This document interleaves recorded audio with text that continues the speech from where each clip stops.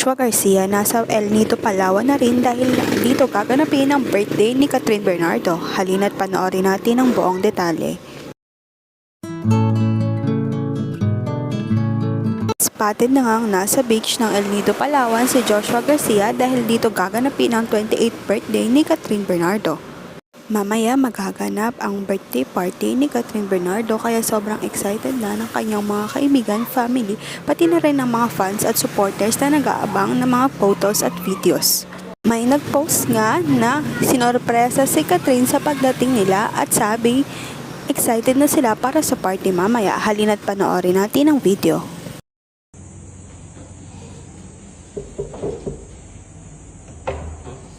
Oh my God! Oh my God!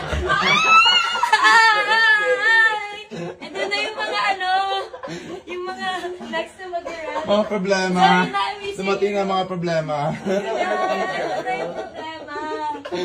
Mag-honey muna kami ni Mark. Halatang enggrande at pinaghandaan talaga ngayon ang birthday ni Catherine Bernardo dahil ngayon first time niyang magse-celebrate ng kanyang birthday na single siya na wala si Daniel Padilla. Kahit hiwalay na sila ni Daniel Padilla ay pinili pa rin ni Daniel na batiin siya sa pamamagitan ng Instagram post niya sa story.